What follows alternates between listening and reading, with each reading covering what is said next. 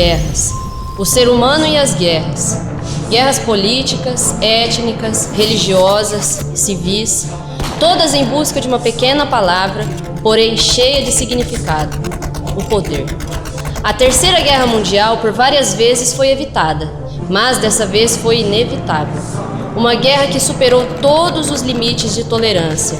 Uma luta entre poucas pessoas, muito diferente da Primeira e da Segunda Guerra, onde haviam legiões se gladiando.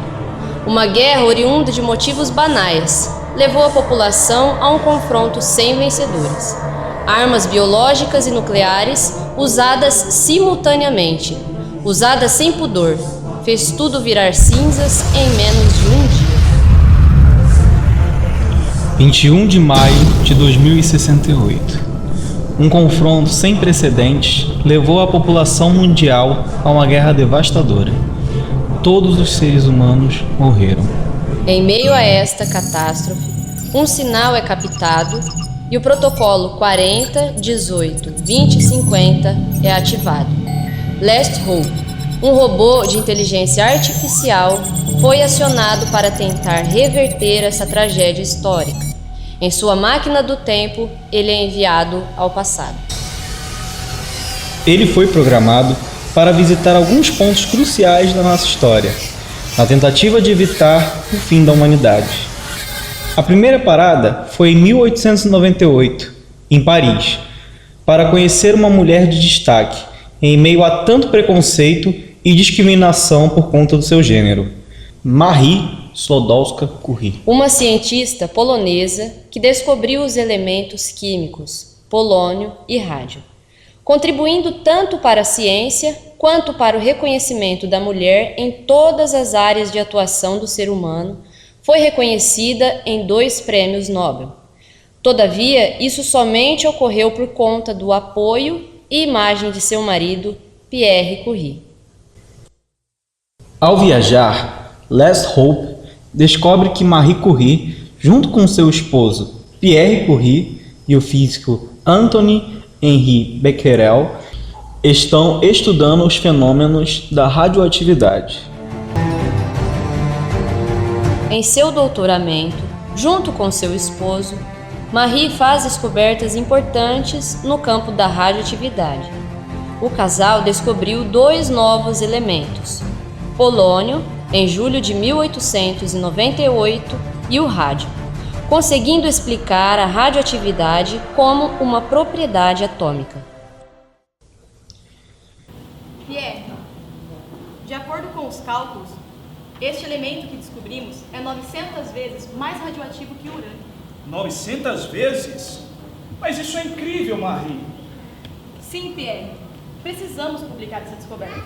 Sim, claro que sim.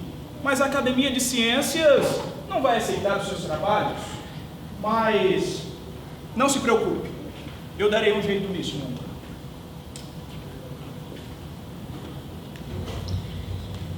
Pierre continuava lecionando e infelizmente não podia dispor de um assistente para ajudar Marie Curie com a pesquisa, um trabalho que fora árduo e penoso, fazendo-a chegar ao esgotamento físico.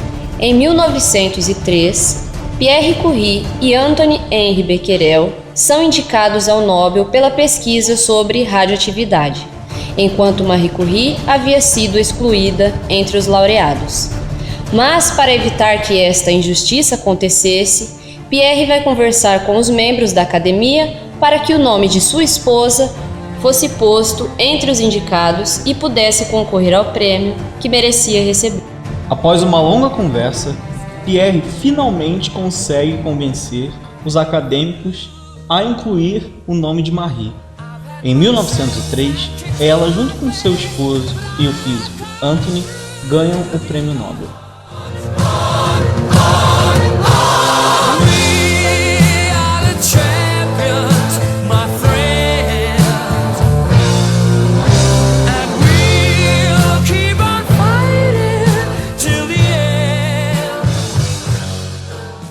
Impressionado com a luta de Marie, em um momento oportuno, quando ela se encontrava sozinha, Last Hope a aborda.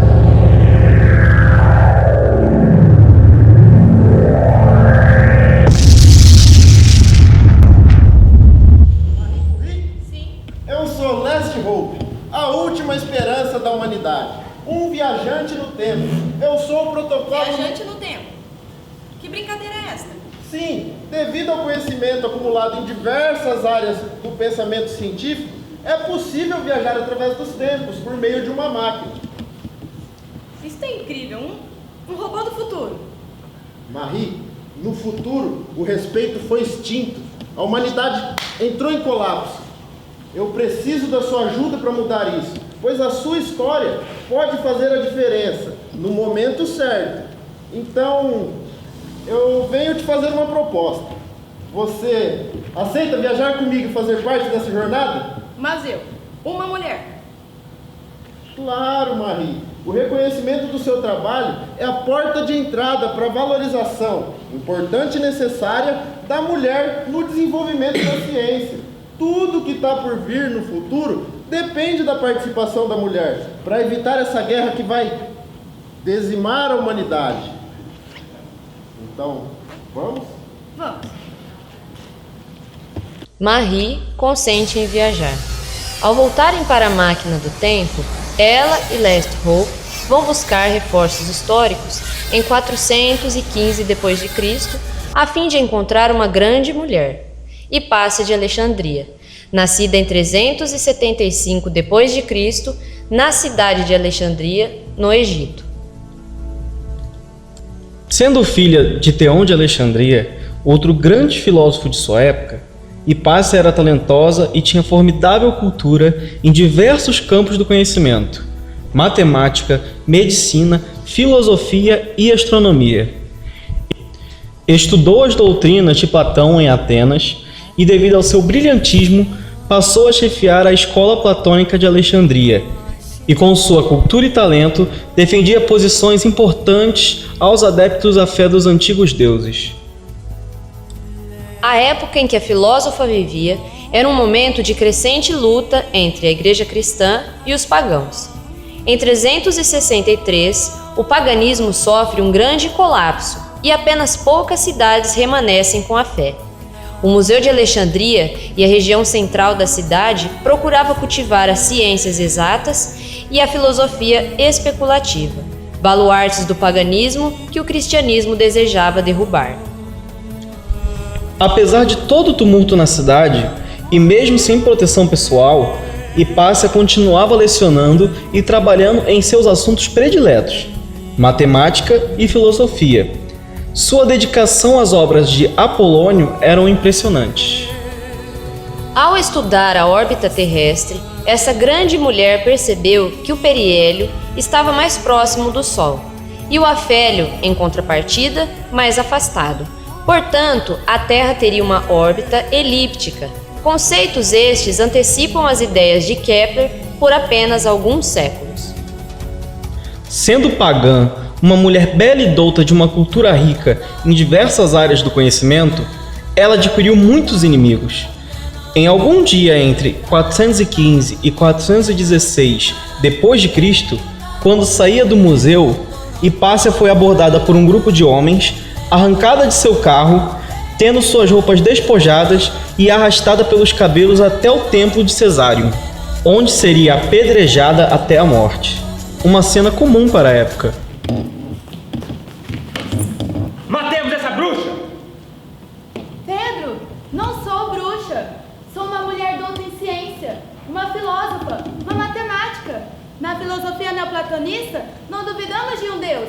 Nunca teremos conhecimento absoluto sobre ele, capaz de diferenciar o meu Deus do Deus. Blasfêmia! Seu dia de bruxaria acabaram, mulher.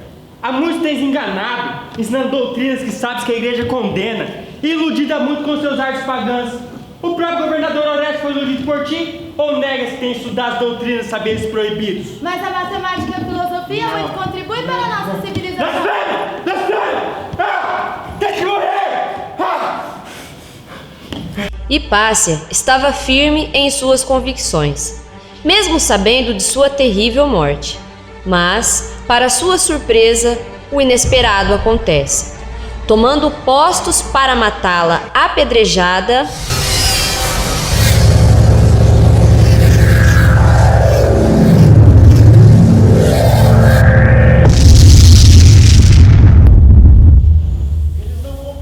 perdoai-os por isso. Quem são vocês? Eu sou Marie Curie e este é o viajante do tempo, Last Hope. Viajante do tempo? Sim, devido ao desenvolvimento em diversas áreas do conhecimento científico, é possível a viagem através do tempo, por meio de uma máquina. Hipácia, sabemos que foi condenada à morte por ter a mente à frente do seu povo. Viemos te levar para um local seguro, onde a sua história fará diferença. Venha, você compreenderá.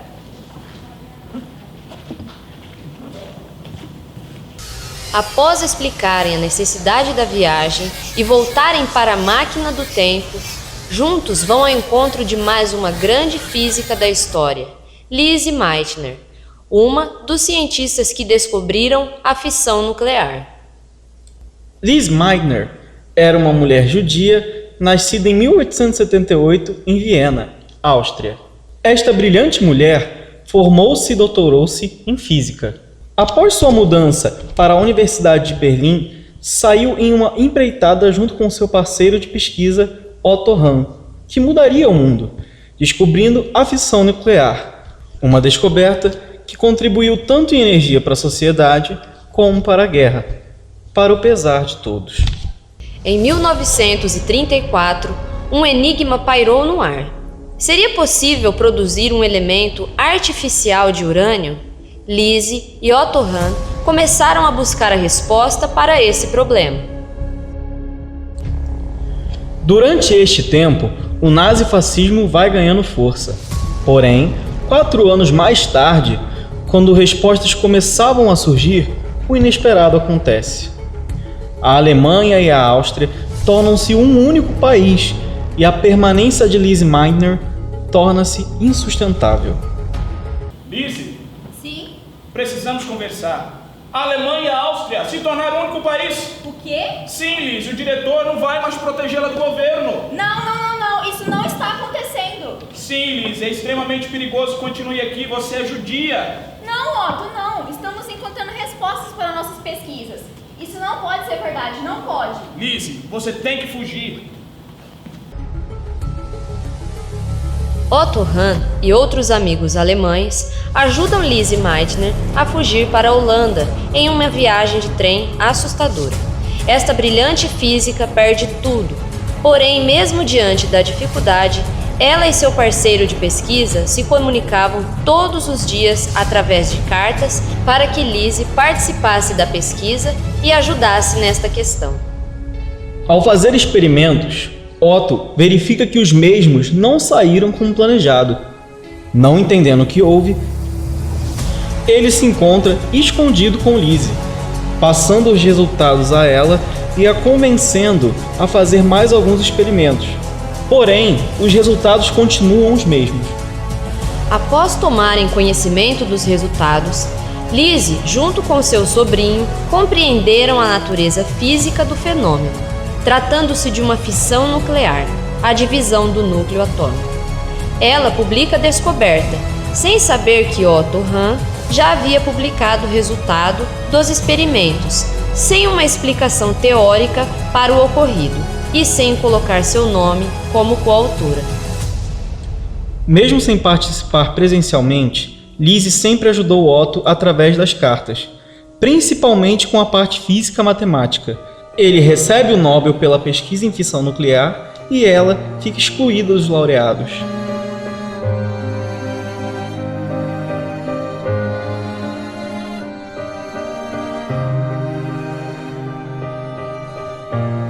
Vendo a traição de seu ex-parceiro de pesquisa, Lise resolve escrever uma carta questionando sua conduta, quando um clarão e um grande estrondo acontece, aparecendo em meio à luz o viajante, Marie e Hipácia.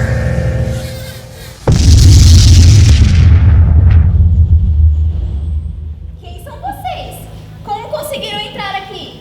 Lise, não se assuste, somos viajantes do tempo. Vimos sua luta e a injustiça que sofreu. Não, viajar no tempo é impossível. No tempo em que vive, sim, mas em meu tempo é possível graças aos avanços científicos em diversas áreas do conhecimento. Viemos te buscar, Lise, para lutarmos juntos contra essas injustiças. Viajaremos para o momento em que nossa história fará a diferença. Venha, te explicaremos no caminho. Desse modo, partem em direção a algum ponto da história que acreditavam ser crucial para a reviravolta desejada. O momento qual buscavam seria o responsável pela mudança de um futuro tenebroso em 2068.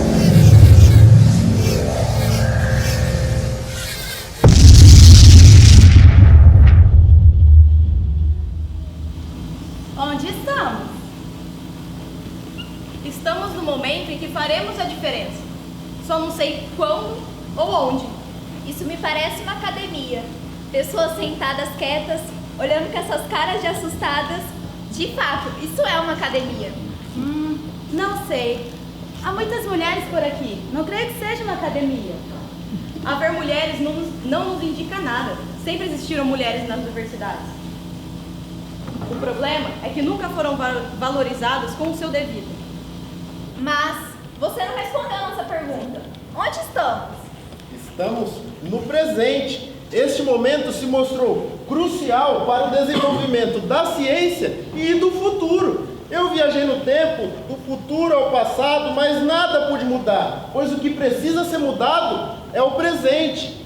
E, embora existam muitos preconceitos na sociedade, as mulheres estão encontrando seu espaço. Com essa viagem no tempo, conseguimos refletir melhor essa questão, que coloca a mulher em segundo plano. Esta viagem no tempo nos fez enxergar os preconceitos e os problemas que eles causam. E o nosso papel enquanto educadores, estudantes e cidadãos é eliminar o preconceito em qualquer circunstância, pois qualquer resquício dele pode gerar uma catástrofe no futuro. Mas para isso, depende da ajuda de cada um aqui, agora, mudar sua postura. Que as diferenças sejam valorizadas somente pelo seu potencial em contribuir para o avanço coletivo da humanidade.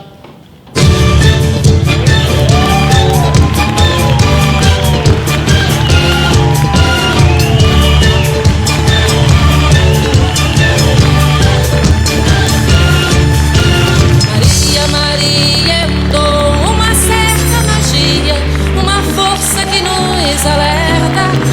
Uma mulher que merece viver e amar como outra qualquer do planeta.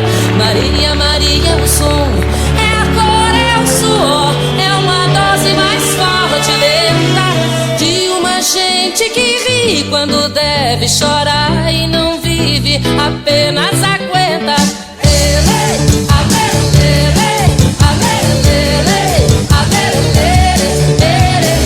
Uma gente que ri quando deve chorar e não vive, apenas aguenta.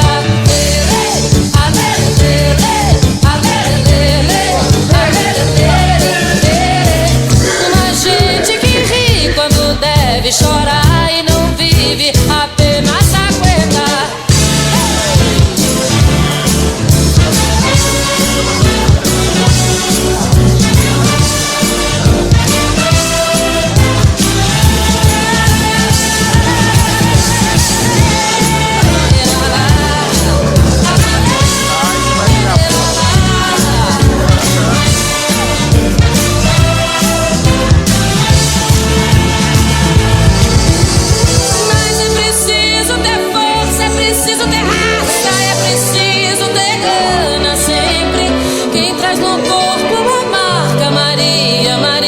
Mistura dor e alegria, mas é preciso ter mais.